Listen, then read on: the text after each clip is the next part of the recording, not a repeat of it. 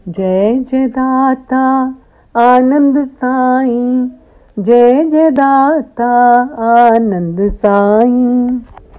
ओम साईं अमृत सागराय नमः। माया का संग करने से दुख आते ही जाएं, जो सुख चाहते हैं सदा अपनों साईं रिझाएं। हुक्म में जो जन रहे दया साईं की पाए, जग में आनंद से रहें परम धाम को पाएं, परम धाम को पाएं। ओम साई चंडिकाय नमः। श्री साई गीता श्लोक नंबर 1404। श्री साई गीता का ये परम पावन श्लोक में अध्यात्म का पूरा सार है। ये 4 लाइनों को कोई भी मनुष्य अपने जीवन में उतार लेगा, वो निश्चित ही इस भाव से पार हो जाएगा, मुक्त हो जाएगा।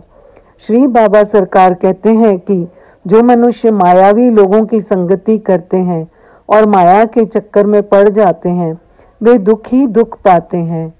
इसकी बजाय हम अपने श्री साईं जी को प्रसन्न करें, हमारा हर एक कर्म उनकी प्रसन्नता पाने का हो, तो उनकी दया से हम सुख ही सुख पाते हैं।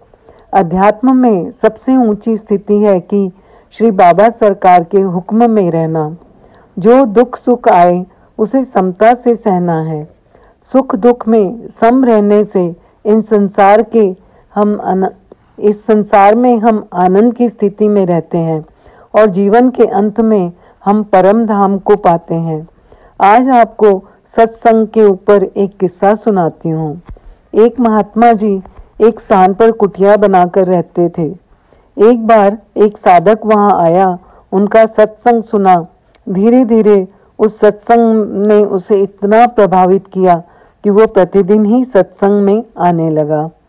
एक दिन उसने महात्मा जी से प्रश्न किया, महाराज मुझे बताइए कि संतों के दर्शन व उनका सत्संग श्रवण करने से क्या लाभ होता है।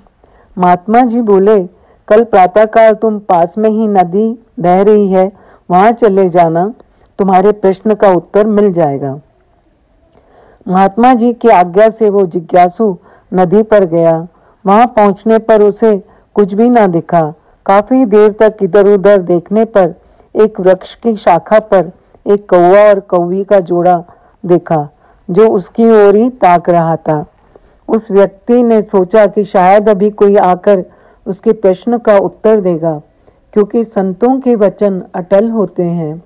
परंतु बहुत देर प्रतीक्षा करने पर भी वहां कोई उत्तर नहीं मिला। महात्मा जी के पास आकर कहा कि मैं नदी के किनारे पर गया था, लेकिन कौवा और कौवी के जोड़े के अतिरिक्त कुछ नहीं दिखा।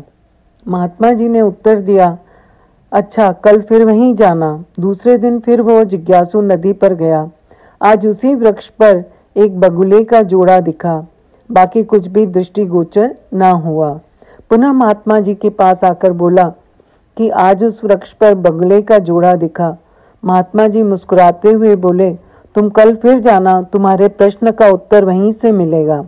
अगले दिन जिज्ञासु फिर नदी पर गया। आज उसे राजहंसों की जोड़ी दिखाई दी।